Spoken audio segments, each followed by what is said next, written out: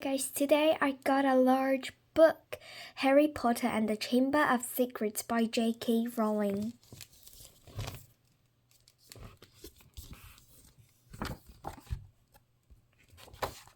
There's a lot of chapters, and we're gonna do chapter 1, The Worst Birthday. Not for the first time, an argument had broken out over breakfast at number 4 Private Drive. Mr. Vernon Dursley had been woken in the early hours of the morning by a loud hooting noise from his nephew Harry's room. "Third time this week," he roared across the table. "If you can't control that owl, it'll have to go." Harry tried yet again to explain. "She's bored," he said. "She's used to flying around the outside. If I could just let her out at night." "Do I look stupid?" snarled Uncle Vernon, a bit of fried egg dangling from his bushy mustache. "I know what'll happen if that owl's let out." He exchanged dark look with his wife Petunia. Harry tried to argue back, but his words were drowned by a long, loud blanch from the Dursleys' son Dudley. "I want more bacon. There's more in the frying pan, sweetums," said Aunt Petunia, turning misty eyes on a massive son. "We must vigil up while we've got the chance. I don't like the sound of that school food." "Nonsense, Petunia. I never went hungry when I was at Smeltings," said Uncle Vernon hurtly. "Dudley gets enough, don't you, son?" Dudley, who was so large his bottom dropped over either side of the kitchen chair, grinned and turned to Harry. "Pass the frying pan. You have forgotten the magic word," said Harry irritably. The effect on his simple sentence on the rest of the family was incredible. Dudley gasped and fell off his chair with a crash that shook the whole kitchen. Mrs. Dursley gave a small scream and yelped, her hand to her mouth. Mr. Dursley jumped to his feet, veins throbbing in his temples. "I meant please," said Harry quickly. "I didn't mean—" "What have I told you?" thundered his uncle, spraying spit over the table. "About saying the M word in our house. But how dare you threaten Dudley?" roared Uncle Vernon, pounding the table with his fist. I warned you. I will not tolerate mention of your abnormality under this roof." Harry stared from the purple-faced uncle to his pale aunt, who was trying to have Dudley to his feet. "All right," said Harry. "All right." Uncle Vernon sat back down, breathing like a winded rhinoceros and watching Harry closely out of the corners of his small, sharp eyes. Ever since Harry had come home for the summer holidays, Uncle Vernon had been threatening like a bomb that might go off at any moment, because Harry wasn't a normal boy. As a matter of fact, he was as not normal as it is possible to be.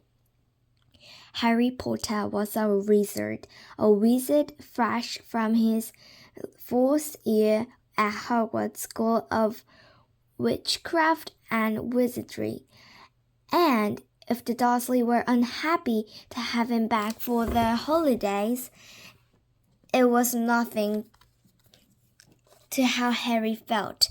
He missed Hogwarts so much it was like having a constant stomachache. He missed the castle with its secret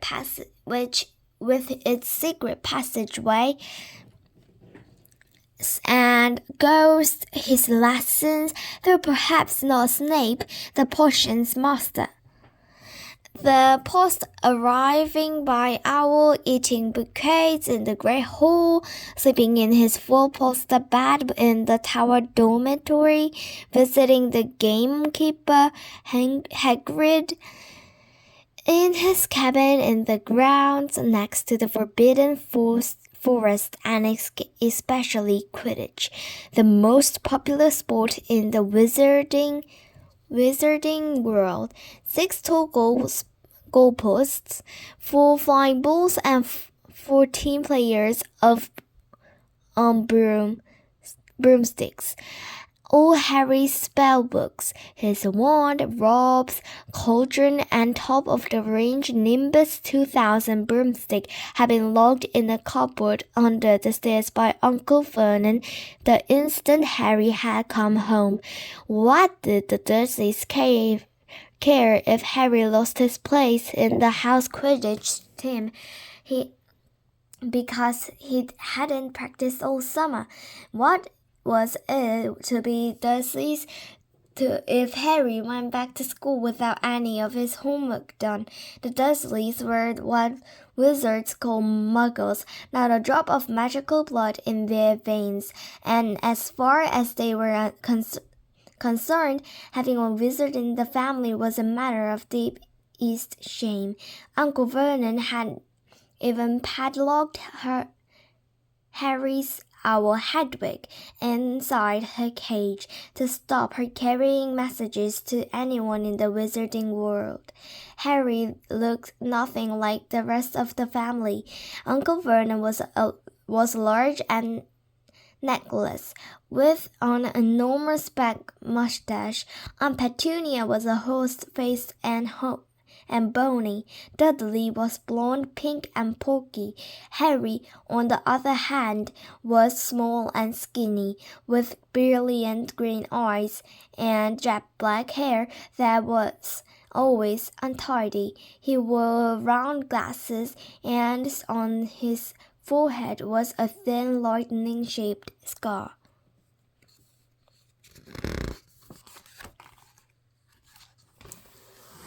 It was this scar that made Harry so particularly unusual, even for a wizard. This scar was the only hint of Harry's very mysterious past, of the reason he had been left on Dursley's doorstep 11 years before. At the age of 1, Harry had somehow survived a curse from the greatest sorcerer of all time, Lord Voldemort, whose name most witches and wizards still feared to speak. Harry's parents had died in Voldemort's attack, but Harry had escaped with his lightning scar, and somehow nobody understood why.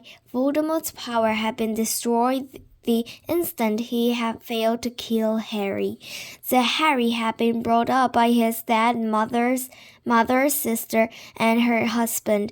He had spent 10 years with the Dursleys, never understanding why he kept making all things happen without meaning to, believing the Dursleys' story that he had got his scar in the car crash which had killed his parents.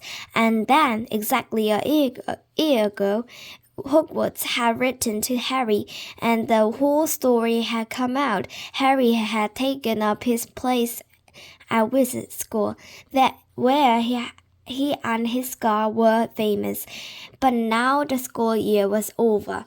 He was back in Dursley's for a summer, back to being treated like a dog, and that rolled in something smelly.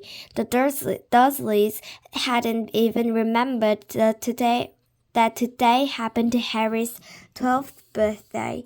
Of course, his hopes hadn't been high. They'd never given him a proper present, let alone a cake, but to ignore it completely.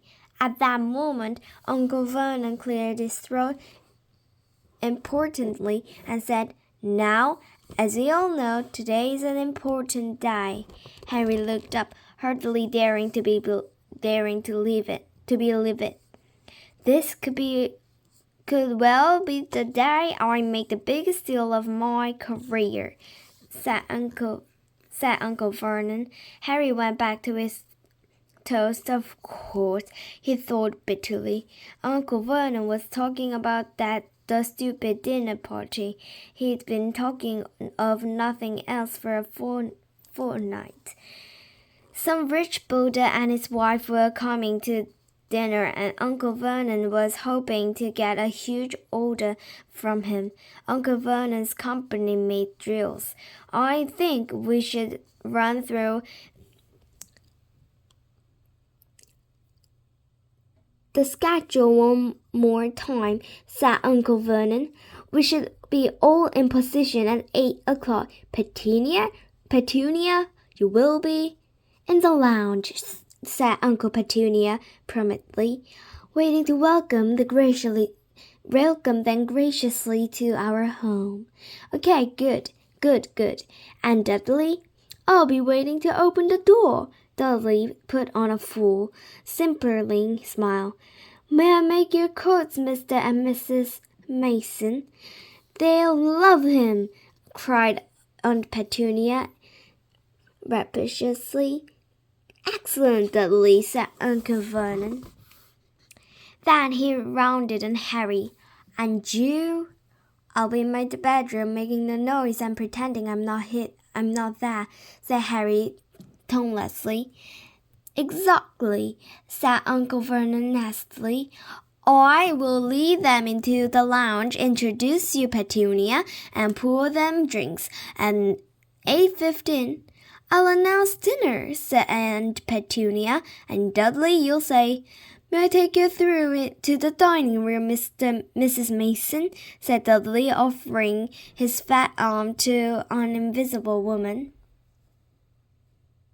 My perfect little gentleman, sniffed Aunt Petunia. And you, said Uncle Vernon viciously to Harry, I'll be in my bedroom making a noise and pretending I'm not there, said Harry dully. Preciously. Now, we should aim to get in a few good compliments at dinner. Petunia, any ideas? Vernon tells me you're a wonderful golfer, Mr. Mason. Do tell me, where did you brought your dresses, Mrs. Mason? Perfect. Dudley, how about we had to write an essay about our hero at school. Mr. Mason and I wrote about you.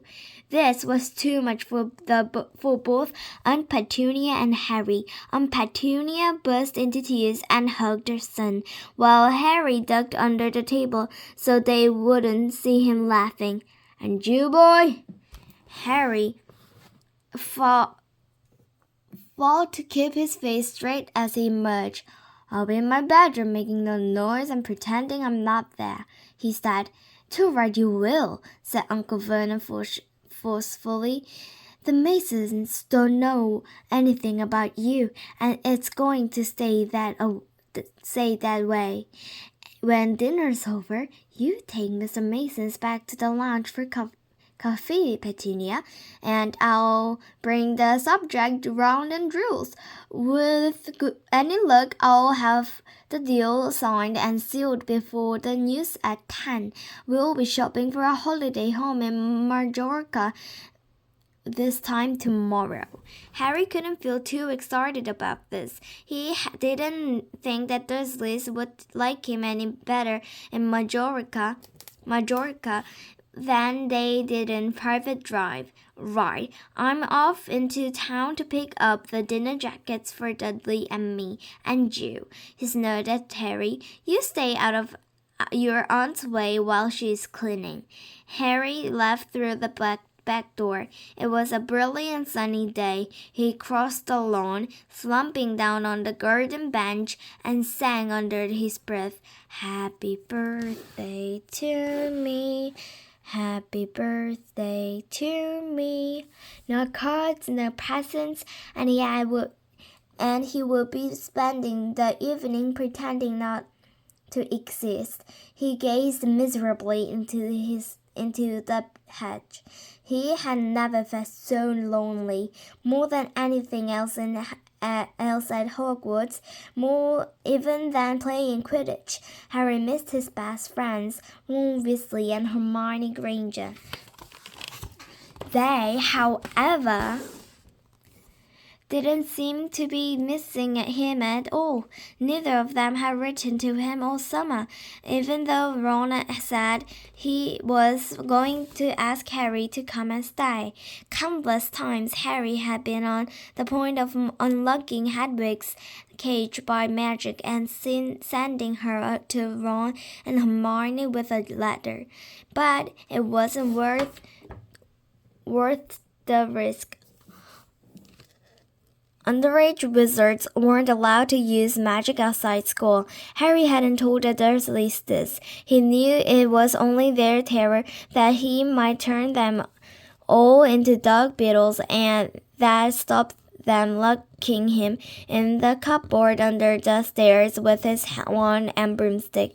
For the first couple of weeks back, Harry had enjoyed muttering nonsense words under his breath and watching Dudley tearing out of the room as fast as his fat legs would carry him. But the long silence from Ron and Hermione had made Harry feel so cut off from the magical world that had taunting Dudley had lost his appeal, and now Ron and Hermione had forgot his birthday. That what wouldn't he give now for a message from Hogwarts? From any witch or wizard, he'd almost be glad of a sight of his arch enemy, Draco Malfoy. Just to be sure it hadn't all been a dream. Not that his whole year at Hogwarts had been fun. At the very end of last term, Harry had come face to face with none other than Lord Voldemort himself. Lord Voldemort might be a ruin of his former self, but he was still terrifying, still cunning, still determined to regain power. Harry had slipped through Voldemort's clutches for a second time, but he had been a narrow escape, and never, even now, weeks later, Harry kept walking in the night, drenched in cold sweat, wondering where Voldemort was now, remembering his livid face, his wide, mad eyes. Harry suddenly sat bolt upright on the garden bench. He had been staring absent-mindedly into the hedge, and the hedge was staring back. Two enormous green eyes had appeared among the leaves. Harry jumped to his feet just as a jeering voice floated across the lawn. "I know what it is," sang Dudley, waddling towards him. The huge eyes blinked and vanished. "What?" said Harry, not taking his eyes off the spot where they had been. "I know what day it is," Dudley repeated, coming right up to him. "Well done," said Harry. "So you finally learned the day of the week. Today's your birthday," sneered Dudley. "How come you haven't got any cards? Haven't you even got friends at that freak place? Better not let your mom hear you talking about my school," said Harry coolly. Dudley hitched up his trousers, which were slipping down his fat bottom. "Why are you staring at the hedge?" he said suspiciously. "I'm trying to decide what would be the best spell to set it on fire," said Harry. Dudley stumbled backwards at once, a look of panic on his fat face. "You can't. Dad told you you're not allowed to do magic. He said he'll chuck you out of the house, and you haven't got anywhere else to go. You haven't got any friends to take you." "Jiggly poggly," said Harry in a fierce voice. Hocus pocus, squiggly wiggly, Mom! Hollered Dudley, tripping over his feet as he dashed back towards the house. Mom! He's doing you know what. Harry paid dearly for his moment of fun, as neither Dudley or the hatch was on any way hurt. Aunt Petunia knew he hadn't really done magic, but he still had to duck as she aimed a heavy blow on his head with a soppy frying pan, and she gave him work to do, with the promise he wouldn't eat again until he'd finished, while Dudley lolled around watching and eating ice creams. Harry cleaned the windows, washed the car, mowed the lawn, trimmed the flower beds, pruned the waters, the roses, and repainted the garden bench. The sun blazed overhead, burning the back of his neck. Harry knew he shouldn't have risen to Dudley's spade, but Dudley had said the very thing Harry had been thinking himself. Maybe he didn't have any friends at Hogwarts.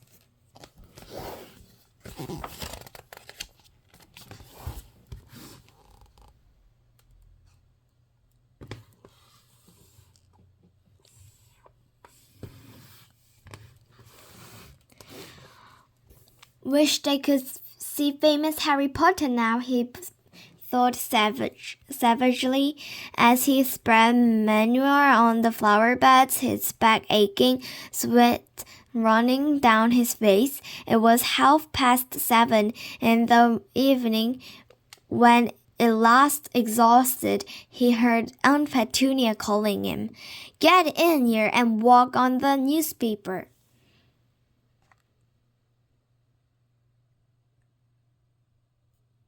Harry moved gladly into the shade of the gleaming kitchen. On top of the fridge stood tonight's pudding, a huge amount of whipped cream and sugared violets. A point of a roast pork was sizzling in the oven. Eat quickly, the Masons will be here soon, snapped Aunt Petunia, pointing to 2 slices of bread and a lump of cheese on the kitchen table. She was already wearing a salmon pink cocktail dress. Harry washed his hands and bolted down his pitiful supper. The moment he had finished, Aunt Petunia whisked away his plate. Upstairs, hurry! As he passed the door to the living room, Harry caught a glimpse of Uncle Vernon and Dudley in the bow ties and dinner jackets. He had only just reached the upstairs landing when the doorbell rang and Uncle Vernon's furious face appeared at the foot of the stairs. Remember, boy, one sound. Harry crossed to his bedroom on tiptoe, slipped inside, closed the door, and turned to collapse on his bed. The trouble was, there was already someone sitting on it. Okay, we're gonna read chapter 2 later, other time. So thanks for listening to my story, and if you like it, please subscribe. Thank you. Bye.